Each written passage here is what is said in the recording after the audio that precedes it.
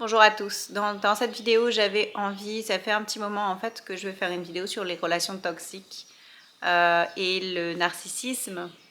Donc en fait, on en parle beaucoup ces derniers temps, chacun met un petit peu sa couleur là-dessus. Donc moi j'avais le goût de faire une vidéo puis de mettre ma couleur là-dessus aussi, de vous partager un petit peu non seulement de mon expérience personnelle, mais aussi via ma pratique de coach, donc les deux. Et alors, la vidéo ne sera pas informative dans le sens où je ne vais pas vous donner aucune définition de rien du tout, parce que je pense que c'est une information déjà que vous pouvez avoir facilement à portée de main à peu près n'importe où. J'en ai d'ailleurs suivi beaucoup, moi, des coachs et des comptes YouTube sur le sujet. Donc, je pense que c'est quelque chose dont on parle beaucoup et au niveau informationnel, je pense que l'information est quand même relativement accessible là-dessus. Non, ce que je voulais faire, moi, ce qui est intéressant, je trouve, c'est de mettre un petit peu l'histoire personnelle de chacun là-dessus, voire pour vous, en fait, de pouvoir faire des liens, de pouvoir aussi relate, voilà, de vous retrouver, de vous identifier un petit peu à certaines choses pour ceux qui se posent encore des questions là-dessus et de vous partager, moi, mes outils, mes techniques, mes réflexions, mes conclusions en tant que coach là-dessus sur le sujet des relations toxiques et de la toxicité et des relations toxiques en fait. C'est un petit peu ça l'idée du jour. Alors je vais commencer par dire que voilà, on parle beaucoup de narcissisme, pervers narcissique, c'est pas nouveau, ça fait des années évidemment qu'on en parle, et le DSM-5, donc qui est le répertoire des personnalités déviantes entre guillemets, a été mis au point il y a longtemps. Et donc la dernière version d'ailleurs a été sortie, le DSM-6 a été sorti récemment. Donc voilà, il faut savoir que le DSM-5 et 6, donc le DSM en général, c'est un outil qui fait partie d'un certain système de psychiatrie, de tout ça. Donc il sert un but précis. Pareil, vous pouvez aller voir plusieurs vidéos là-dessus sur le sujet.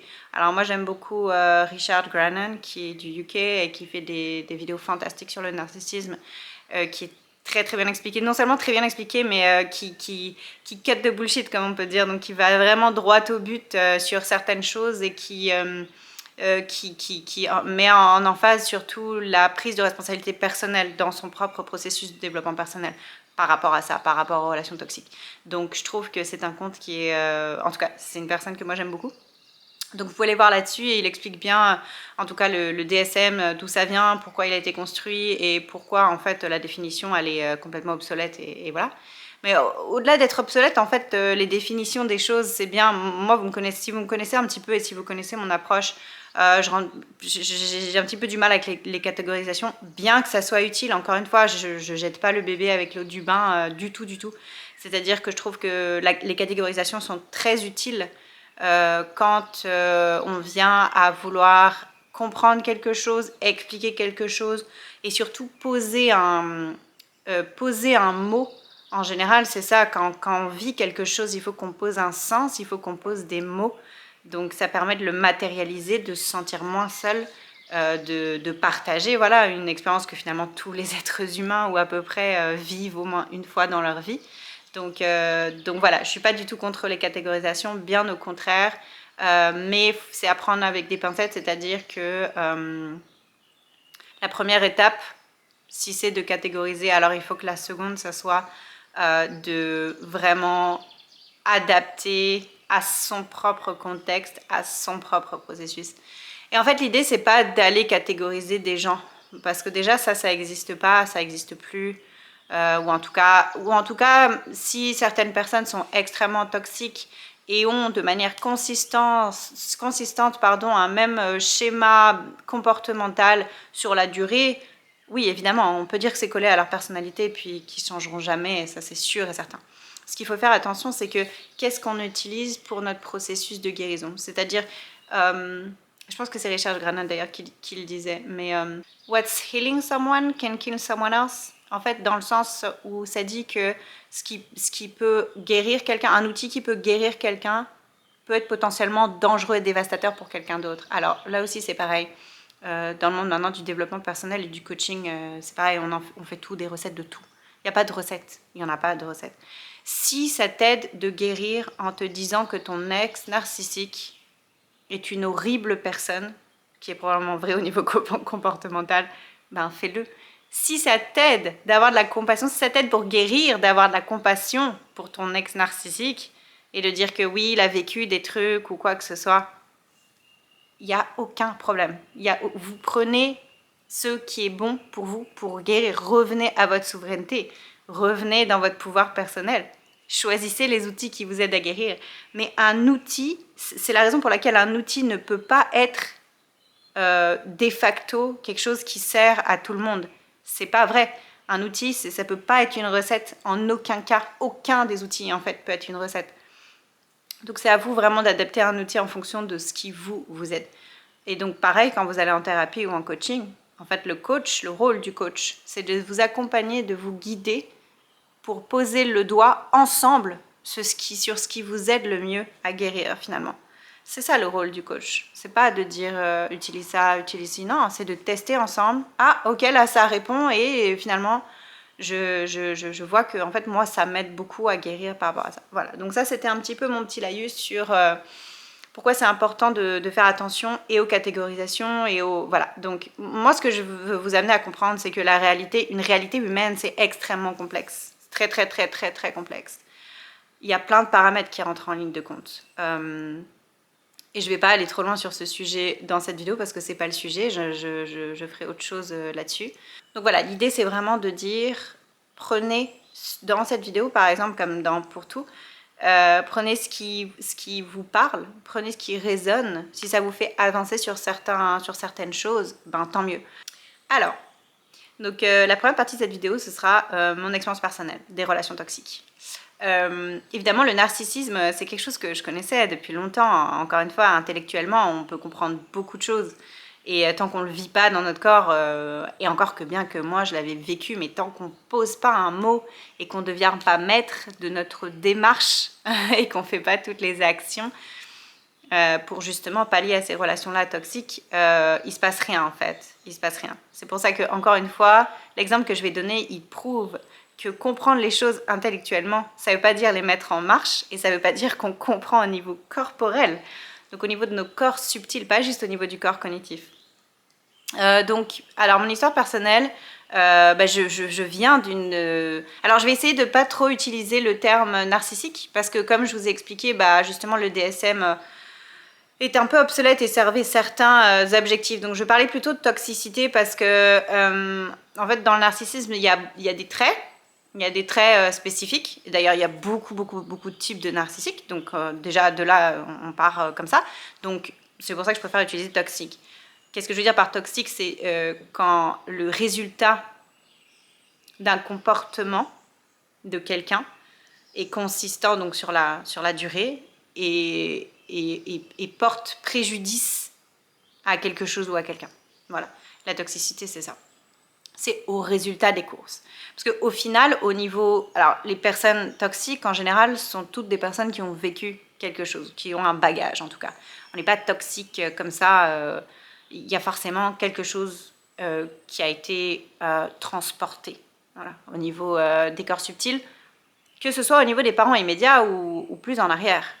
On peut l'avoir vécu dans notre vie, ça peut être aussi un bagage générationnel. Donc une certaine toxicité, moi je m'intéresse très peu en fait à savoir, enfin je m'intéresse très peu, non, je m'y intéresse à savoir ce que la personne a vécu, mais encore une fois, la grosse erreur, et ça fait partie aussi de la psychologie un petit peu obsolète, de dire on va essayer de comprendre pourquoi, c'est pas grave pourquoi. Ce qui est intéressant, ce qui est important, c'est quoi le résultat des courses? C'est quoi le résultat? Et si la personne est dans une démarche où justement il n'y a aucune remise en question, il y a des chances pour que le comportement de maintenant soit un comportement prédictif de l'avenir. Voilà. Et je ne dis pas qu'on ne peut pas changer, encore une fois, je pense que je suis la preuve vivante d'une personne qui était beaucoup dans la toxicité plus jeune et qui a réussi à changer un petit peu la donne avec le temps. Et avec beaucoup d'efforts et beaucoup de motivation évidemment. Donc voilà, ce que j'entends par toxicité, c'est un petit peu au résultat. Qu'est-ce qu'on a au résultat? Est-ce qu'on a au niveau comportemental des choses qui sont négatives pour les gens, qui impactent les gens, qui manquent d'éthique, qui manquent de considération? L'empathie aussi, c'est quelque chose... l'empathie, oui, alors, mais comment on fait pour dire que quelqu'un a de l'empathie, pas de l'empathie? On n'est pas à l'intérieur de lui, on ne peut pas le savoir. Et puis les recherches sur le sujet, encore une fois, c'est pareil. On a étudié beaucoup de gens qui ont fait beaucoup de choses horribles. Et il y en a qui ressentaient des trucs, d'autres qui ressentaient moins. Et en réalité, on ne peut pas le savoir. On ne peut pas tester. On ne peut pas le savoir. Même les gens qu'on passe au détecteur de mensonges et qui ressentent rien, qui ont le cœur qui ne bat pas, ou enfin le rythme cardiaque qui ne s'accélère pas, est-ce qu'on peut réellement tirer une conclusion là-dessus? Donc peu importe, ça je m'y intéresse très peu aussi, j'ai de l'empathie, pas de l'empathie, peu importe. Et l'empathie de l'autre côté, quand on dit ah j'ai de l'empathie, ça peut faire beaucoup de choses aussi l'empathie. Moi je me considérais quelqu'un comme complètement empathique jusqu'à maintenant, et maintenant je refuse en fait le terme. Enfin, c'est pas que je refuse le terme, c'est juste que je refuse de l'utiliser en tant que tel, parce que l'empathie peut être extrêmement dangereuse justement pour excuser et venir expliquer. Il y a une explication à tout le comportement, on est d'accord, mais venir excuser ou couvrir un comportement juste parce qu'on est empathique, bah, c'est une forme de déni, tout simplement. Donc l'empathie, pareil, faites attention à ça parce que ça peut vouloir tout et rien dire. Ce qu'on regarde, c'est encore une fois, c'est au résultat des courses. Est-ce que tu t'es fait abuser pendant 5 ans, 10 ans, 20 ans en disant que tu es empathique? Non, bah dans ce cas-là, tu es dans le déni. Voilà. Je vais faire un peu mon Richard Granon à la française là-dessus, mais cut de bullshit, les gars. En fait, je veux dire, un processus de développement personnel, qu'on se le dise, c'est quelque chose d'extrêmement brutal certaines fois. Je pense que la plupart des gens... vous me contredirez pas là-dessus, je pense. Un processus de développement personnel, c'est très brutal. Un processus de guérison, c'est très brutal. Il y a des choses très désagréables par lesquelles on passe, mais je pense qu'une des choses les plus impactantes, c'est de se dire, le moment où j'ai pris de la maturité, c'est quand j'ai arrêté d'être dans le déni par rapport à moi, mes propres comportements, c'est-à-dire de laisser faire certains comportements. Après avoir mis la table de cette manière, je vais y aller avec mon histoire personnelle. Donc, en fait, je vais me focaliser surtout par rapport à la dernière relation donc, que j'ai vécue. Mais donc je me focaliserai pas sur les autres d'avant, bien qu'il y a beaucoup à en dire, mais c'est en fait c'est que des satellites plus ou moins de cette relation-là, ou en tout cas c'est que des exemples d'illustration de justement la toxicité, comment la toxicité peut se matérialiser dans une relation. Et j'ai fait donc avec cette relation-là, j'ai fait beaucoup de conclusions dans le processus en fait par lequel je suis passée dans cette relation-là. J'ai fait beaucoup aussi de back and forth en fait, de liens avec justement mes relations avec mes parents et tout ça. Mon père était évidemment un narcissique, ça je pense qu'il n'y a pas de doute là-dessus. Alors encore une fois, le mot peu importe, mais il était extrêmement toxique, ça c'est sûr, il avait des traits extrêmement toxiques, et ma mère avec, mais de l'autre côté. Donc voilà, deux types de toxicité qui se rencontrent, un abuseur, un abusé. C'est plutôt le terme qu'on va employer en fait. Et en fait, ce qui est intéressant, c'est que je le savais très bien quand j'étais jeune. Tout ça, j'ai eu des prises de conscience extrêmement jeunes. Voilà, une dizaine d'années, je savais déjà que ma famille était complètement dysfonctionnelle et voilà. Il y a beaucoup de gens qui s'en aperçoivent d'ailleurs. Alors, ce qui est intéressant, c'est que c'est pas tout le monde. Alors, ce que j'ai compris en fait, c'est que moi, je me suis de facto positionnée comme identifiée à la victime. C'est-à-dire que ma mère ayant été la victime, je me suis... Et en fait, on comprend qu'on peut s'identifier soit à la victime, soit à l'abuseur. C'est pas des trucs qu'on choisit, hein. C'est des trucs qui sont... c'est des trucs qui viennent nous chercher, c'est très très très inconscient. C'est très inconscient, on ne choisit pas à 10 ans de dire est-ce que je m'identifie à la victime ou à l'abuseur. Non. Non, parce que déjà, on ne sait pas qu'il y a une victime, on ne sait pas qu'il y a un abuseur, enfin, on le sait intrinsèquement, je veux dire, dans le corps, mais disons qu'il n'y a pas les mots comme ça sur les choses. Et pourtant, j'ai lu des choses très très jeunes, grâce à une amie à moi du lycée, à l'époque, qui était extrêmement ouverte là, sur ces sujets-là et qui m'a fait lire beaucoup de livres là-dessus. Et j'ai lu là-dessus beaucoup, énormément, ce qui m'a pas empêché de faire un processus par rapport à mes parents qui a duré jusqu'à très très tard, parce que voilà, une emprise abusive, c'est long quoi, c'est long, c'est difficile de s'en sortir, ça dépend de la personne en face aussi, l'abuseur peut avoir énormément de pouvoir, énormément d'emprise. Donc en général la victime est dans la peur, que ce soit une peur littéralement physique ou une peur plus sociétal, social ou de statut ou peu importe. Donc voilà, c'est extrêmement long comme processus. Et puis en général, comme on ne connaît que ça, voilà, comme modèle, et ben on va avoir tendance à justement retomber dans le schéma. Alors soit comme abuseur, soit comme victime. En fait, donc encore une fois, inconsciemment, une personne qui s'identifie à l'abuseur, ça va être quelqu'un qui justement, donc je ne citerai pas dans cette vidéo, mais des gens en fait qui s'identifient à l'abuseur, c'est-à-dire qui ont de l'empathie pour l'abuseur. C'est pour ça en fait que c'est extrêmement dangereux d'utiliser l'empathie à mauvais escient. Donc c'est très compliqué, donc il faut faire attention avec le terme empathie encore une fois. Parce que la personne qui a de l'empathie pour l'abuseur, ben, va penser qu'il a raison. Et va penser que sa façon de faire, c'est correct et que c'est la victime le problème. Donc ça, c'est... Vous comprenez à quel point c'est très, très, très, très dangereux. Donc, et ça, je l'ai compris que récemment, enfin, je pense que le lien s'est vraiment déclenché que récemment, parce que je me suis dit, oui, mais on reproduit, mais pourquoi on reproduit? Parce qu'on veut faire du mal? Non, non, non. Non, non, il y a certaines personnes qui reproduisent parce que bah, ils ont eu foncièrement de l'empathie. Donc, en fait, l'abuseur est devenu un modèle, mais c'est complètement inconscient. Il y a des personnes à l'heure actuelle, si tu leur dis que c'est un abuseur, ils tombent des nues. Ils vont te rire à la face. Ils vont dire, c'est pas possible. Désolée, mais là, ça se tient pas ton truc. Donc, c'est ça le truc. C'est pas des gens qui ont aucune remise en question, en fait. C'est pas des gens, justement, qui regardent le truc en face. La victime, par contre... alors, la victime, il y a plusieurs dangers aussi. Mais la victime, donc, elle vit un truc. Elle va avoir plusieurs réponses traumatiques selon...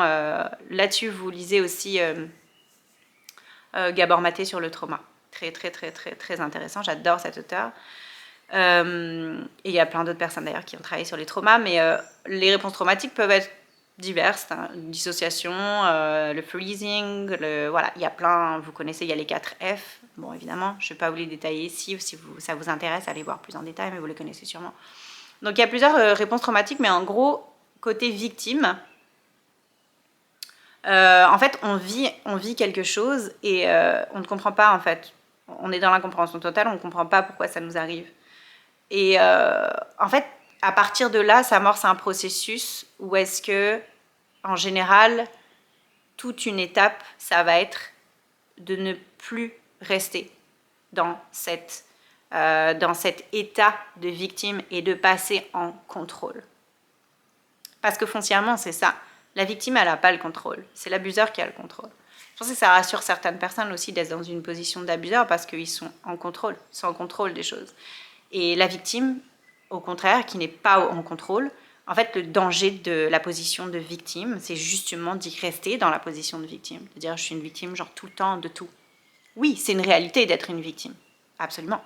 C'est un état de fait. Quand il y a un abuseur abusé, tu prends une situation contextuelle, il y a violence physique par exemple, il y a un abuseur, un abusé. Voilà, ça c'est un état de fait. Une victime est une victime, point. C'est juste un constat. Par contre, la posture de victime, c'est-à-dire la posture dans laquelle on est lorsqu'on n'a pas le contrôle sur les choses et qu'on vit quelque chose qu'on ne comprend pas, tout simplement, en fait, le danger, c'est de reproduire ce manque de contrôle-là, en fait. De continuer sa vie en pensant qu'on n'a pas le contrôle sur les choses. Donc, la première étape, en fait, c'est de sortir de la posture de victime, c'est-à-dire de dire, non, là, j'avais pas de contrôle, mais là, maintenant, j'en ai. Là, maintenant, j'en ai. Et une des étapes énormes aussi du processus de la victime, c'est vraiment de mettre des limites claires. C'est-à-dire, et avec soi-même aussi, parce que pour peu qu'on ait internalisé nos parents, par exemple, comme modèle, c'est simple. Ce qui se passe, c'est si par exemple on a internalisé que nos parents ne s'occupaient pas de nous, nous, donc à l'intérieur de nous, nos parents ne s'occupent pas de nous, donc on ne s'occupe pas de nous. C'est tout simple. Donc, effectivement, je partais d'une histoire personnelle comme ça, sur laquelle j'avais déjà posé beaucoup de mots, beaucoup de choses, et beaucoup d'actions aussi d'ailleurs, parce que y a beaucoup de choses que j'ai fait relativement jeune. Je pense que pas beaucoup de gens font, c'est-à-dire vraiment mettre une limite claire et de ne pas vouloir que la toxicité s'instille comme ça dans notre vie. Alors le seul problème de ça, c'est qu'il y avait encore des lacunes et des carences en fait quand je suis arrivée, donc effectivement à un certain âge où j'avais beaucoup de relations qui étaient effectivement un peu empreintes de toxicité parce que il y avait beaucoup de choses sur lesquelles comportementalement parlant, j'avais pas beaucoup d'accroche parce que finalement, encore une fois, le seul modèle que je connaissais c'était un modèle toxique. Donc réellement, ça a créé des croyances limitantes très très très ancrées profondément, desquelles je me suis heureusement débarrassée. En fait, l'idée, c'est vraiment ça, c'est vraiment de voir la réalité telle qu'elle est en face pour pouvoir se sortir de certaines choses, mais ça, j'en parlerai aussi un petit peu plus tard. Alors, ce schéma-là, donc très jeune, a eu une conséquence principale sur le reste de ma vie, qui est donc d'avoir décidé de devenir coach, donc effectivement pour en fait réparer tout ça, parce que il y a deux choses, c'est soit on compense, soit on répare. Et des fois la ligne est floue en réalité. Et encore une fois, ce qui va faire la différence entre deux actions, c'est son résultat dans la matière et son éthique et son impact sur les autres et sur l'environnement. Par exemple, quelqu'un qui devient directeur d'entreprise pour réparer quelque chose, compenser quelque chose justement qu'il a vécu dans son enfance, par exemple le trauma d'être ignoré par exemple, et bien justement le fait de devenir directeur d'entreprise, ça va vraiment réparer cette chose-là, ça va le mettre au devant de la scène et puis ça va le faire exister aux yeux de ses parents, donc ça répare un trauma d'enfance. Le seul problème, c'est que quel genre d'entreprise il a construit, quel genre il impacte, comment il impacte l'environnement, le social dans son entourage. On est d'accord que s'il est devenu CEO d'une grosse compagnie qui produit des armes, au niveau éthique, on n'est pas là, hein, donc ça c'est sûr et certain. Donc c'est compenser et réparer à tout prix sans se soucier des autres, et ça se fait aussi individuellement. Là je vous parle d'un exemple entrepreneuriat parce que c'est quelque chose que j'ai beaucoup étudié, sur lequel j'ai fait beaucoup de recherches quand j'ai fait ma maîtrise à HEC Montréal. Je me suis spécialisée justement sur les spécificités psychologiques des entrepreneurs. Sans blague. J'ai beaucoup d'ailleurs bataillé pour rester sur ce sujet-là, parce que c'est celui qui me parlait le plus, donc à ma maîtrise. Et donc en fait, on s'aperçoit que littéralement tout ce qu'on fait au niveau comportemental est en fait sourcé dans un truc qu'on essaie. On fait jamais les choses par hasard. On fait jamais quelque chose par hasard. Toutes nos actions ont un sens. Qu'on le comprenne ou pas sur le moment d'ailleurs, tout a un sens. Un comportement est toujours sourcé de quelque chose, toujours. Parce qu'il dépend de nos valeurs, parce qu'il dépend de ce qui est important pour nous, parce qu'il dépend de certains traumas qu'on essaie de compenser / réparer dans la vie adulte. Donc oui, tout a une incidence et tout a un sens. Ça, c'est sûr et certain. Et donc au niveau entrepreneurial, effectivement, en analysant tout ça, je me suis aperçue que en fait, les entrepreneurs en fait créaient tout le temps quelque chose par réparation ou par compensation de quelque chose.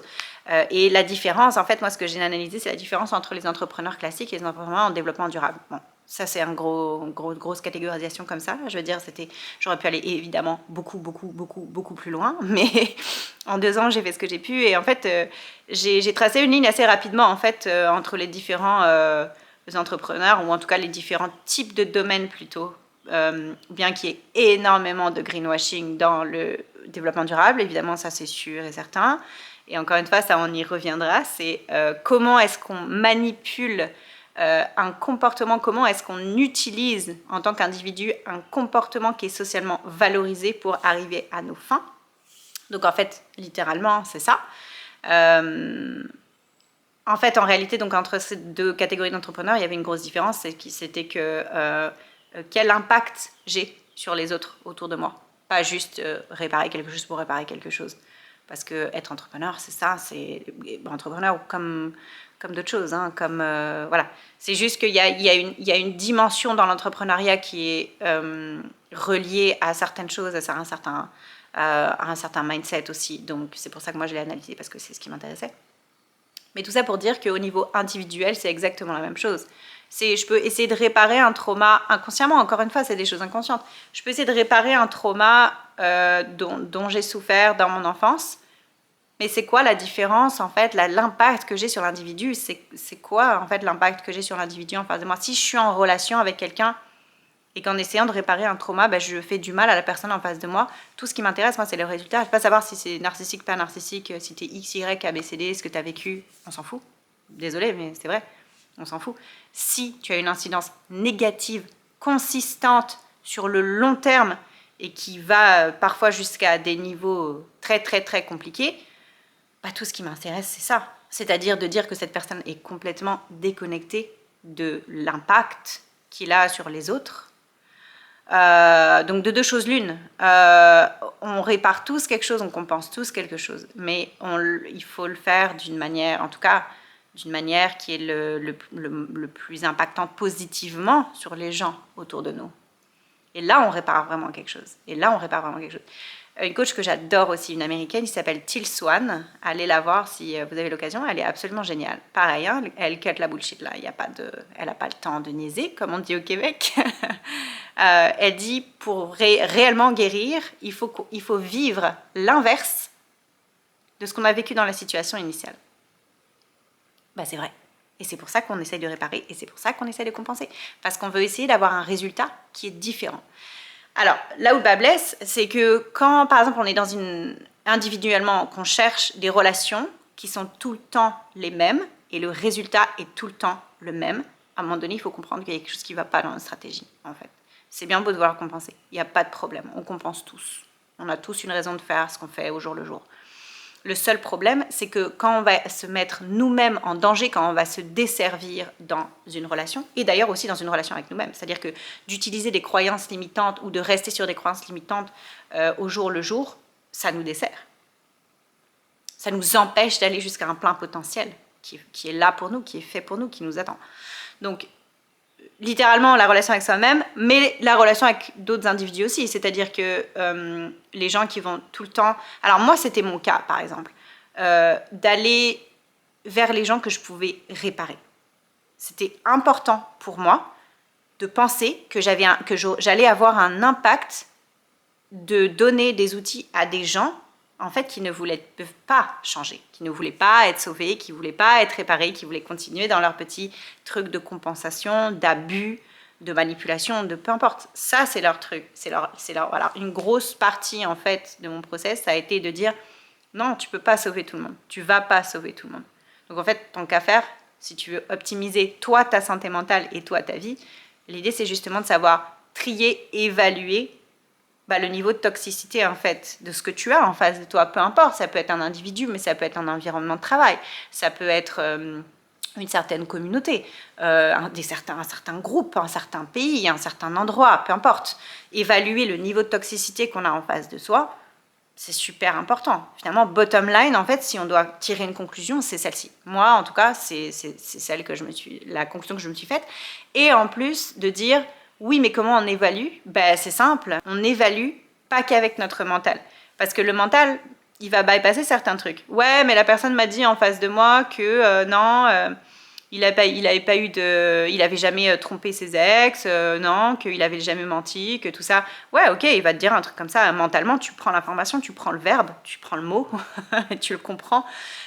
Mais dans le subtil, est-ce qu'il y a quelque chose qui dirait pas l'inverse? La croyance limitante, c'est exactement la même chose. Ce qu'on fait comme coach, c'est quand on a quelqu'un en face de nous, par exemple, qui nous dit « Ouais, mais en vrai, je m'en fous, je veux que des relations, de passage. » Non, c'est pas vrai. C'est pas vrai. Ça, c'est une croyance limitante et c'est ton mental qui va te dire quelque chose comme ça, justement pour t'éviter la douleur. Mais quand tu creuses un peu, en fait, en 3 minutes, tu as bien compris que non seulement la personne s'en fout pas, mais qu'elle essaye d'éviter la douleur. Et qu'en fait, justement, elle veut quelque chose de stable, elle veut quelque chose de nourrissant, bref. Et c'est là où rentre en compte l'évaluation un petit peu plus subtile. Voilà. Et ça, c'est des choses qui sont complètement possibles de faire aussi. Tant et aussi longtemps qu'on est dans notre pouvoir, dans notre souveraineté, et que nous-mêmes, on a développé des postures qui permettent une évaluation là-dessus. Donc, et d'ailleurs, c'est le sujet de mon prochain programme sur les relations toxiques, à savoir évaluer littéralement qu'est-ce qu'on a en face de nous pour pouvoir prendre les meilleures décisions et qu'à la fin de la journée, encore une fois, si on ne veut pas prendre les décisions, puis si on veut rester là-dedans, c'est sûr que bottom line, il n'y a personne d'autre que nous-mêmes qui va pouvoir justement prendre les décisions qui seront bonnes pour notre santé. Mon histoire personnelle. Donc, en fait, j'ai vécu 5 ans avec une personne très toxique, voilà, qui a des traits évidemment narcissiques. Et je pense qu'effectivement, il y a beaucoup de choses qui m'ont été mises en emphase dans l'expérience matérielle de cette relation. Et il y a des choses que j'ai appris à faire dans la relation, justement. J'ai énormément évolué au niveau personnel, individuel, et ça m'a beaucoup aidé sur vraiment beaucoup de choses, notamment mettre mes limites claires, chose que j'avais mis, mais pas suffisamment, en tout cas pas comme ça avec les bonnes personnes. Donc le positionnement des limites. Il y a aussi un truc très intéressant, c'est qu'il y a un contexte dans lequel on rencontre ces personnes-là. On a un contexte en fait de vulnérabilité. Alors dans mon cas, j'étais pas dans mon pays, donc j'étais au Mexique. J'étais donc dans une retraite de yoga qui s'est très mal passée. Et avec les organisateurs, il y a eu vraiment de gros conflits et il y a eu des abus. Et donc, du coup, j'étais de facto dans une situation qui était très vulnérable, très compliquée. Et c'est comme ça que j'ai rencontré cette personne-là. C'était à ce moment-là.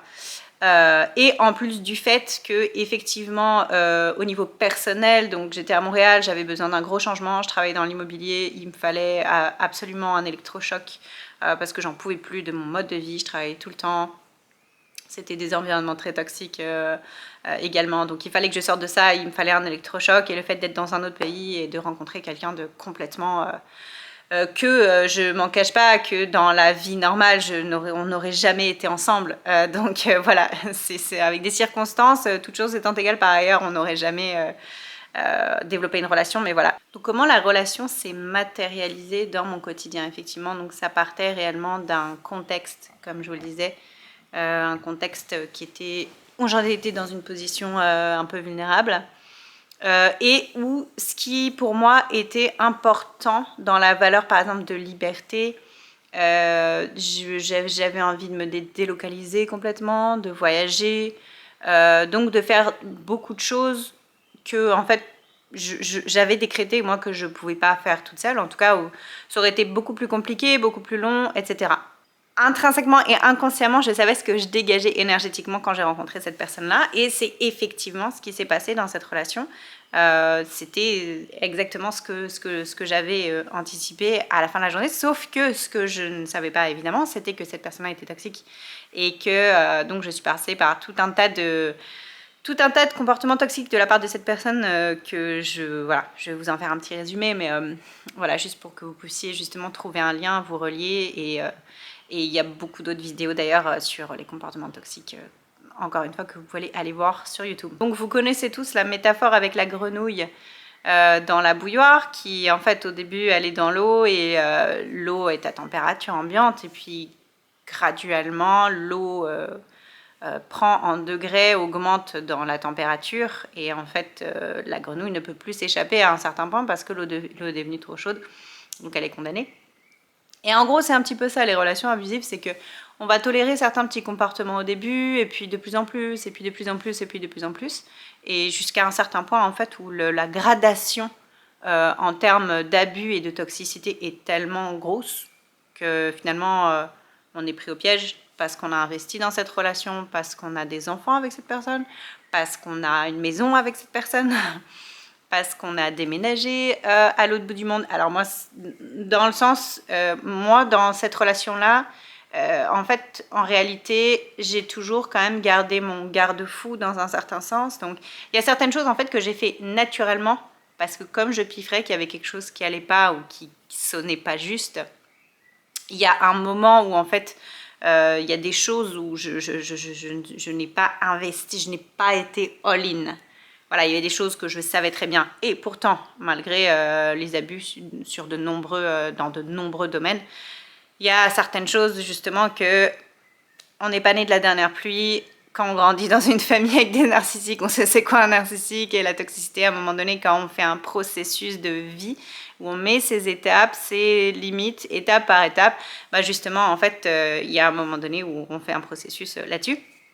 Et tant mieux d'ailleurs, et c'est ça qu'il faut faire, c'est littéralement, ça prend du temps encore une fois, mais il faut faire des étapes, voilà, pour désengager des abus.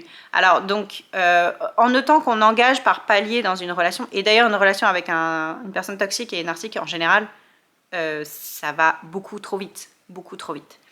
Et c'est pareil, ça c'est un red flag au début. La personne qui veut aller trop vite, c'est un red flag.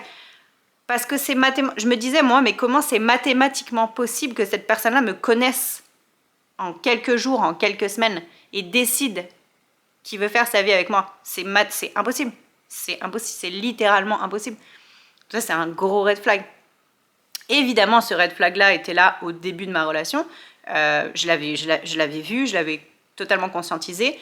Mais dans le truc que je disais tantôt de Teal Swan, de guérir, vivre une expérience inverse de guérison, moi j'avais ça effectivement avec la relation fusionnelle, et il fallait que je passe par cette étape-là justement pour en guérir derrière. Donc, encore une fois, il n'y a pas de hasard. Si je n'avais pas vécu cette relation-là, je n'aurais jamais guéri ce truc-là. Donc, il y a des choses que j'ai guéries clairement dans la relation, mais parce que moi, je l'ai intégrée en tant que telle. Il y a une différence entre dire « je guéris grâce à une personne », à quel point la relation a été bénéfique pour toi si c'était une relation abusive. C'est moi qui ai décidé de guérir. Et là, il y a des choses que j'ai prises qui viennent des fois de d'autres personnes qui m'ont aidé à guérir. Mais la différence, elle est quand même conséquente. Alors donc dans cette relation-là, effectivement, il y avait énormément de red flags dès le début. C'est sûr et certain. Mais en fait, ce que je vais vous expliquer, c'est dans une complexité de processus humains, de processus de vie humain. Il y a des paramètres qu'on décide à un moment T qui vont être plus importants que les autres. Donc les red flags, je les ai vus. C'est pas que je les ai pas vus. Mais c'est que j'avais décidé que quand même, cette expérience m'allait être bénéfique à plein de niveaux. Et c'est vrai, c'est la réalité.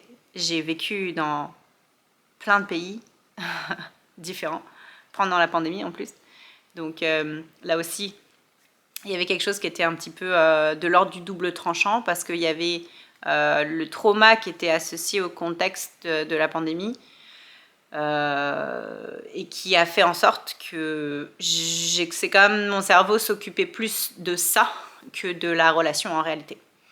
En fait, c'est juste que je savais que j'étais prise au piège, voilà, tout simplement. Donc à un moment donné, ton cerveau il rentre en mode survie, ton corps rentre en mode survie, et voilà, tu réfléchis à qu'est-ce qui est le plus important pour ta santé.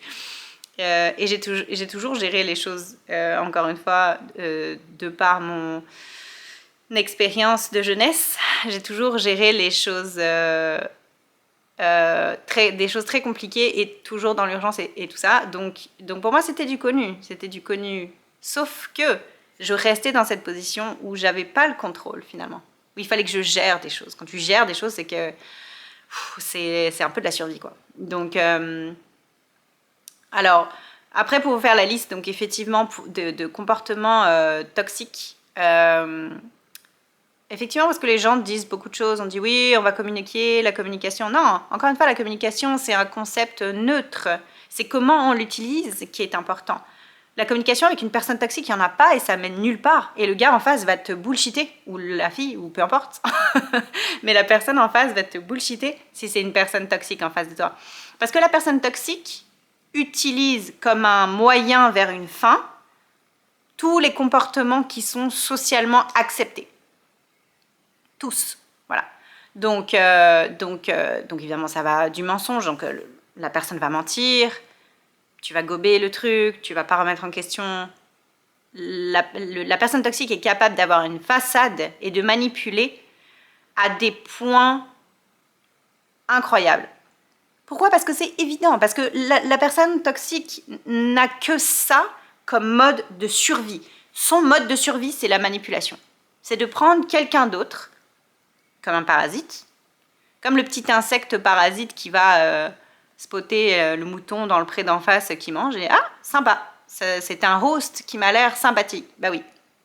Donc il va dans le mouton, Et puis, c'est son corps, quoi. Il occupe le corps. C'est ça le parasite. Parce que le parasite tout seul n'existe pas. Mais chez les humains, c'est la même chose. Pourquoi est-ce qu'il y aurait des parasites dans le monde animal et pas dans le monde humain? On est des animaux, après tout. Donc, ça fait partie de... Voilà, c'est une certaine catégorie de personnes qui est toxique. Et effectivement, comme il n'y a pas de remise en question, il n'y a rien du tout, et ça ne veut pas avancer, bah, la plupart du temps, les personnes restent comme ça jusqu'à la fin. Et se détériorent même avec l'âge, sûrement. Donc tout ça pour dire, et ça c'était quelque chose aussi que y a beaucoup de personnes toxiques qui vont vous dire qu'ils sont toxiques. Verbalement. Alors moi dans mon cas c'était un contexte où la personne était un petit peu éméchée, voire beaucoup, et il m'a divulgué clairement tous les tenants et aboutissants de son mode de fonctionnement, tous. Et ça je vous parle en début de relation, donc à moins d'1 an de relation. Donc voilà, que c'était quelqu'un de toxique, que c'était un parasite. La personne a littéralement employé le mot parasite. Je veux dire, qu'est-ce qu'il faut de plus? Voilà. Donc encore une fois, c'est pas que je le voyais pas, je le voyais bien. Mais en fait, moi, j'étais un peu stuck dans le truc de je vais réparer, je vais l'aider à changer, c'est mon life purpose. Et c'est là, en fait, que j'ai compris que non, oui, c'est ton life purpose, de donner des outils aux gens pour les aider à aller mieux. Mais tu mets ces outils-là dans les mauvaises mains, ou des personnes qui n'ont pas du tout l'intention de modifier leur fonctionnement ou leur mode de vie, il y a des chances que c'est toi qui perds des plumes. Voilà. Donc effectivement, il y avait beaucoup de triangulation. Donc par exemple, quelqu'un qui était beaucoup en relation avec ses ex ou ses ex-fréquentations, ou peu importe, ces personnes-là étaient toujours dans le décor. Et en parlant avec ces personnes-là, ils me mettaient moi dans une position où il fallait que je travaille plus fort encore pour la relation. Ce qui n'avait pas de sens. Et évidemment, donc après on a des catégories, des étiquettes de jalousie, de tout ça. Encore une fois, la jalousie, ça ne veut rien dire. Qu'est-ce qu'il y a en face? Qu'est-ce qu'on a en face de la jalousie? Si c'est quelqu'un qui passe son temps effectivement à nous mentir et à nous tromper, la jalousie, elle est... ce qu'on ressent, c'est une émotion qui nous donne un message, que le message, c'est que ne reste pas là, quoi, parce que cette personne-là est en train de faire est en train d'avoir des comportements qui te nuisent. Donc, alors, le blame shifting aussi. Donc, cette personne-là mettait tout le temps la faute sur moi, sans jamais lui se remettre en question, évidemment. Donc, si c'est lui qui me trompait, c'était à cause de moi. C'était moi le problème. Donc voilà, il y a jamais... Ces personnes-là, si vous remarquez que la personne ne prend jamais ses responsabilités pour rien, les excuses aussi, c'est quelqu'un... J'en avais d'ailleurs parlé avec une de ses ex, c'est quelqu'un qui ne s'excuse pas. Ça, c'est un énorme red flag. L'humilité, quoi. L'humilité et surtout le truc 3D de se voir, de prise de conscience de son propre truc. Dire, bah oui, là, j'ai fait de la merde, quoi. J'ai fait une connerie, quoi. Donc...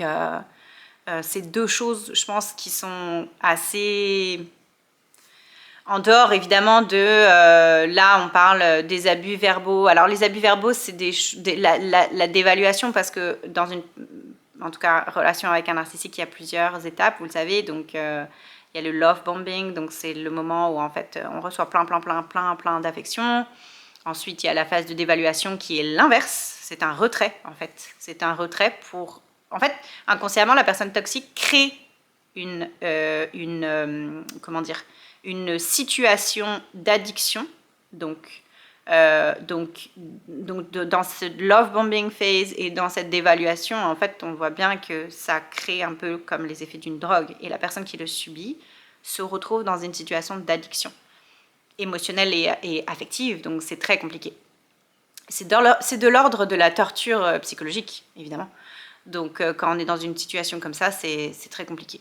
Surtout que la personne nous convainc d'investir all-in, en fait, dans cette personne. Donc, la personne passe 100% du temps avec nous. Ou en tout cas, moi, c'était le cas, dans mon cas, voilà. Moi, je vous parle de mon cas personnel, d'un covert narcissique, donc, qui n'était pas du tout dans la grandiosité pour le coup, c'était pas du tout ça. C'était plutôt justement la personne très timide, très en retrait, très insignifiante finalement au niveau énergétique, no offense, mais c'est vrai.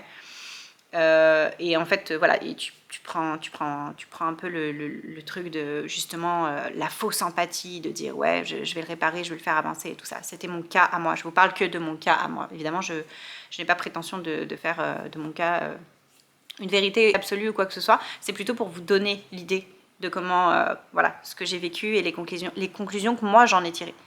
Alors donc il y a eu donc toutes ces phases-là, la phase de love bombing, la phase de dévaluation et la phase de discard évidemment. Donc le discard, c'est littéralement comme on dit en français au jeu de cartes, c'est je défausse quoi. Je défausse la carte, je n'en ai plus besoin. J'en ai plus besoin et surtout elle a piffré mon jeu en fait. Et donc ça devient un petit peu compliqué pour moi de garder une intégrité. Ou en tout cas au mieux une façade qui se tient quoi.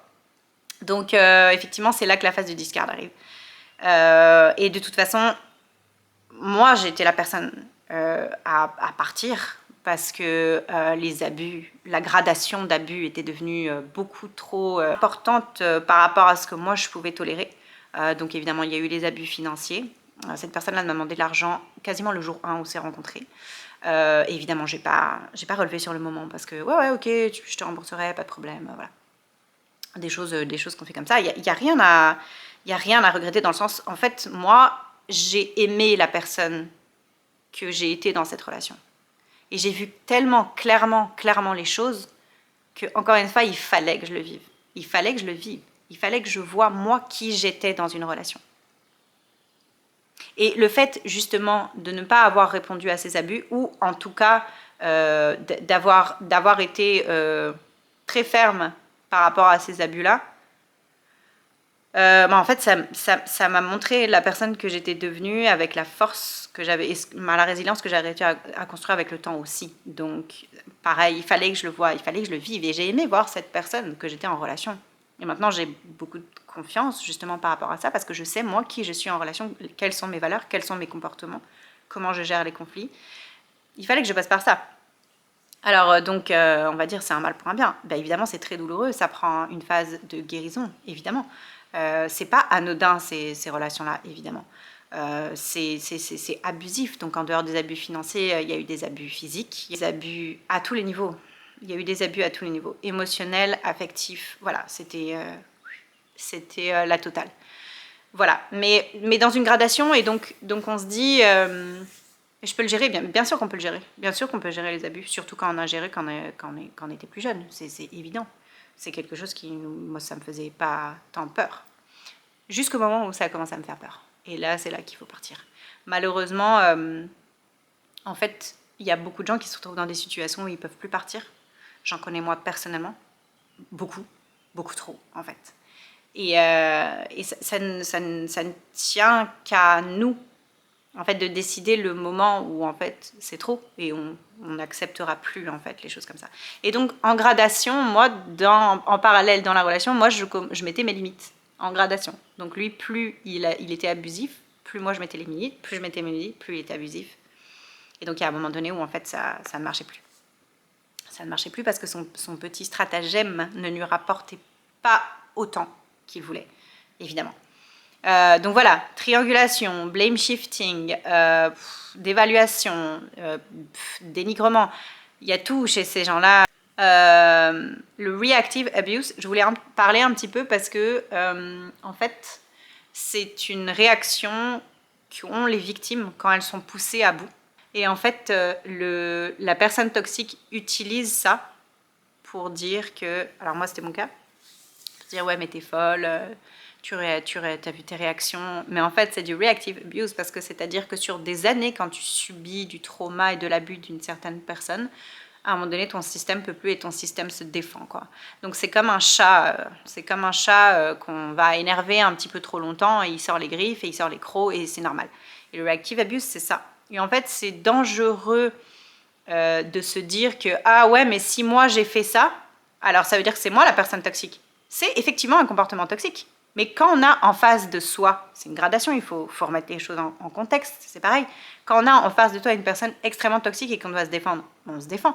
Quand la personne va nous tuer, on se défend. Donc, la réaction toxique, elle est absolument justifiée, c'est la légitime défense. Donc, ce que je veux dire par là, c'est que c'est dangereux de dire « Ah oui, mais moi j'ai une réaction toxique. » Oui, mais contextualise-le. Si c'est pour te défendre, à un moment donné, je veux dire, t'as plus le choix en fait.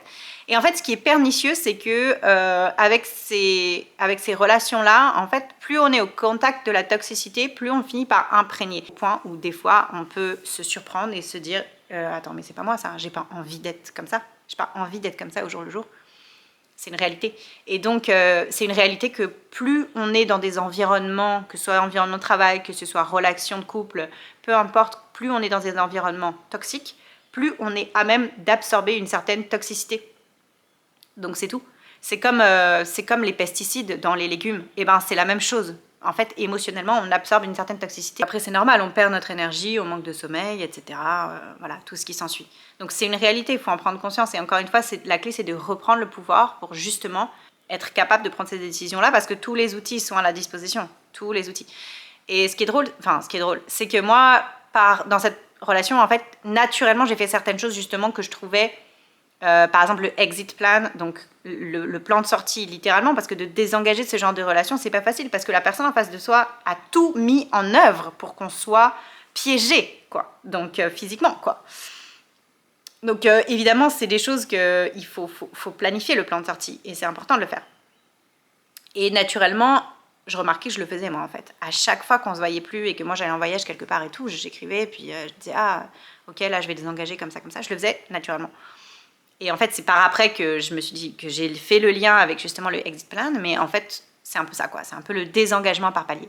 Il y a un truc important aussi dont je voulais vous parler, c'est lorsqu'on termine la relation, on doit faire le deuil de beaucoup de choses, évidemment. Moi, dans mon cas, c'était le deuil, alors, deuil de beaucoup de choses, mais deuil aussi de certains moments et comment je me sentais dans la relation de couple. En réalité, ce que j'ai réalisé, c'est que ce que je sentais, c'était un état donc, qui était à l'intérieur de moi et que je ressentais dans certains contextes. Et ce que j'ai réalisé, c'est qu'en fait, ça, je peux le ressentir dans d'autres contextes et avec d'autres gens.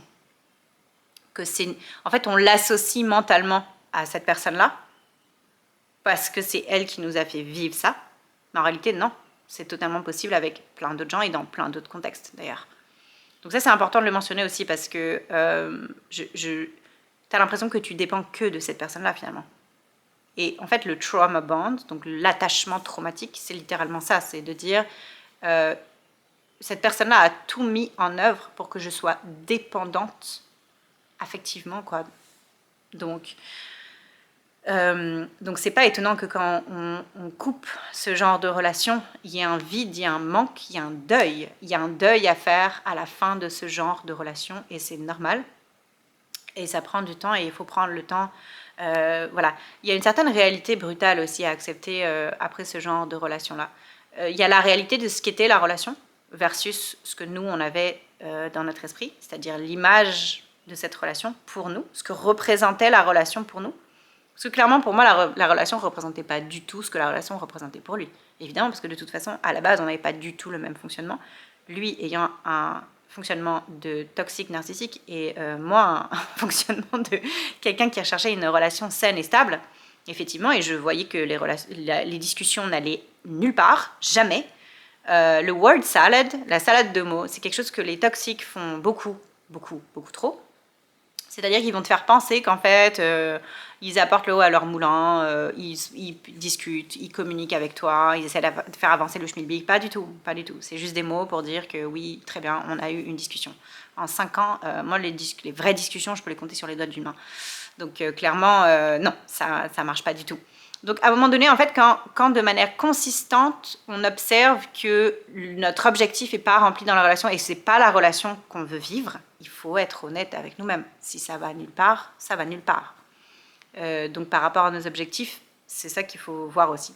Donc en gros, on a tous une raison de rentrer dans une relation pour X ou Y raison. Là, je vous parle d'une relation de couple, mais ça peut très bien être vos parents, ça peut très bien être au travail, évidemment, les personnes toxiques.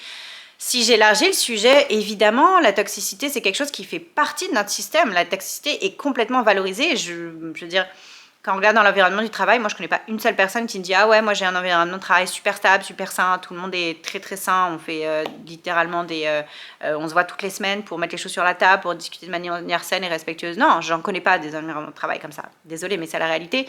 La civilisation dans laquelle on est en ce moment n'est pas basée sur des relations stables et saines.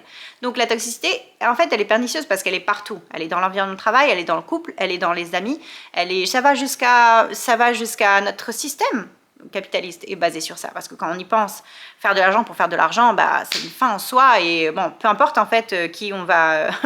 peu importe en fait les gens qu'on va entraîner sur notre route de toxicité, c'est pas grave, c'est des dommages collatéraux, donc le moyen pour la fin. Mais en même temps, donc c'est pour ça que c'est logique de le constater autant dans les relations individuelles que dans les relations... enfin, il y a un collectif toxique, en fait. C'est ça qu'il faut bien réaliser, en fait. Donc après ce genre de constat, c'est sûr que on peut avoir tendance à être fataliste, mais c'est pas ça l'idée. En fait, l'idée c'est de dire, déjà, si on extrapole au niveau sociétal, en fait, le problème c'est que nous, en fait, on n'a pas assez mis nos limites, autant au niveau individuel que collectif. En fait, si on se pose la question, je pense que la réponse, elle est assez évidente. Si on regarde les pays où il y a énormément d'abus, où en tant que population, on se fait abuser, c'est parce qu'il y a certaines limites aussi qu'on n'a pas posées, en fait, tout simplement. Voilà, ça peut paraître un peu dur, ça peut paraître un petit peu dur à dire comme ça, mais c'est malheureusement la vérité. Donc voilà, si on se pose la question, autant au niveau sociétal, collectif qu'individuel, comment nous, en tant qu'individus, on peut mieux mettre nos limites face à des abus, justement. Et dans les relations de couple, par exemple, si le plus nous, on met nos limites, le moins cette toxicité-là sera prévalente. L'idée, c'est de dire que nous, on a d'autant plus besoin de développer nos sens et nos corps subtils pour aller évaluer plein de fois, en fait, revenir, refaire des bilans, réévaluer tout le temps, être tout le temps dans la conscience. Donc, en fait, nous, on va être poussés à augmenter notre niveau de conscience et à augmenter un petit peu l'évaluation dans nos sens et dans nos corps énergétiques et subtils pour justement aller déceler ces choses-là qui deviennent de plus en plus pernicieuses. C'est un petit peu comme les virus. Le virus, il s'adapte, il mute. Il s'adapte, il mute parce qu'en face, il y a une réponse. Donc, en fait, c'est pareil. La toxicité, c'est exactement pareil. Ça fait du sens. Il y a aussi un élément que je voulais aborder dans cette vidéo, c'est avec l'analyse transactionnelle. Donc, en fait, pour faire simple, c'est une grille d'analyse qui dit qu'en fait, il y a plusieurs états du moi. Il y a le moi adulte et il y a le moi enfant et il y a du coup le moi parent. Et dans des relations toxiques en général, on est très souvent catapulté en fait dans des états du moi qui ne sont pas du tout des états d'adultes matures. Donc on se retrouve soit en situation de parents ou d'enfants. Donc c'est des relations extrêmement immatures à la fin de la journée. Donc ça aussi c'est un élément peut-être qui va vous parler si vous analysez vos relations dans votre entourage. Un autre élément aussi que je voulais aborder, c'est la thérapie avec ces personnes-là. Alors je vous parle en tant qu'individu et en tant que coach aussi. Donc en tant qu'individu, d'avoir sermonné mon ex pendant 5 ans, viens on va en thérapie, viens on va en thérapie, viens on va en thérapie. À la fin de la journée, la conclusion, heureusement que je suis pas allée en thérapie avec. Parce que clairement, ces gens-là n'ont effectivement aucune intention de changer et ne prétendent même pas du tout comme objectif avoir des relations saines et stables, comme on le disait. Donc, du coup, en fait, la réalité, c'est qu'ils vont manipuler le processus de thérapie, encore une fois, à leur avantage, en fait. Ce sont des gens, effectivement, qui utilisent tous les comportements qu'ils peuvent pour manipuler, pour justement avoir l'aval. Et en tant que coach, effectivement, j'en ai vu beaucoup, des narcissiques, en thérapie. C'est pas des gens qui se remettent en question, c'est des gens qui manipulent aussi le thérapeute. Donc manipulent la thérapie, manipulent le thérapeute et manipulent le conjoint ou la conjointe ou peu importe, la personne à côté. Et malheureusement, les thérapeutes qui ne sont pas du tout formés ou qui n'ont pas l'expérience, en tout cas dans leur corps, dans leur vécu de la vraie relation toxique, abusive, narcissique, clairement, ça n'est d'aucune utilité dans le coaching. Voilà. Donc, faites super attention à ça. En réalité, il n'y a pas besoin d'aller jusqu'à la thérapie pour décider si la personne à côté de nous est abusive ou pas. C'est juste une question de degré. Des fois, on est dans le flou. En fait, moi, le truc, c'était vraiment ça, le flou de la gradation des abus. Et il y a un certain point où on dit non, c'est trop, ça n'a pas de sens, ça n'est pas normal, ça n'a pas de sens et c'est pas ce que je veux vivre. Effectivement, dans ce genre de relation, en fait, on est tout seul. on est tout seul. Voilà. C'est pas des relations où il y a réellement une connexion et des échanges. C'est des illusions d'échange et c'est des illusions de connexion. Donc, il faut être très honnête avec nous-mêmes que c'est ça la réalité. Je pense une grosse étape du processus de deuil, c'est accepter la réalité telle qu'elle est, de ce que c'est comme relation avec la personne toxique, quelle qu'elle soit, peu importe si elle est professionnelle ou personnelle. Il y a un truc que j'ai vu aussi récemment, c'est qu'il faut minimum quitter 7 fois la relation avant vraiment de la désengager pour vrai. Donc ça veut dire qu'en gros, il y aurait minimum 7 paliers de désengagement avant vraiment de pouvoir quitter la relation avec la personne toxique. Je pense que c'est effectivement ce qui s'est passé dans mon cas, où il y avait des paliers de désengagement. Et donc c'est la raison pour laquelle en fait, comme dans tous les processus de la vie finalement, hein, c'est des cycles ascendants et on fait son cycle et à un moment donné on comprend quelque chose et on passe au niveau supérieur, bah, là c'est un peu la même chose, donc c'est un peu normal finalement. Voilà. Et évidemment, bah, dans les techniques pour guérir plus rapidement de ces choses-là et de ces relations-là, finalement, c'est bah, nos contacts. Donc, ça veut dire vraiment pas de contact du tout. Vous avez entendu peut-être parler des Flying Monkeys, qui sont les gens qui permettent le comportement abusif du narcissique, qui sont des gens dans l'entourage du narcissique. C'est pareil, ça c'est nos contacts. Sinon, ben, notre processus de guérison en fait va être beaucoup plus lent. Donc c'est à vous de décider après si vous voulez guérir rapidement ou pas. Moi clairement c'était j'enlève le pansement et puis c'est fini. Parce que sans ça c'est pas possible. Donc voilà, je finirai la vidéo là-dessus. Il y a évidemment trop de choses à dire sur le sujet, mais je voulais vous faire un petit partage de mon expérience personnelle et réflexion de ce que j'ai vu aussi beaucoup comme information dernièrement, de ce que moi j'en ai récupéré. Donc j'espère que certaines choses vous auront parlé. Sachez que je vous reviens avec un accompagnement dédié spécialement sur les relations toxiques. Donc voilà, je vous garde informé bien sûr. Merci de votre écoute et si vous avez des commentaires, n'hésitez pas à les partager.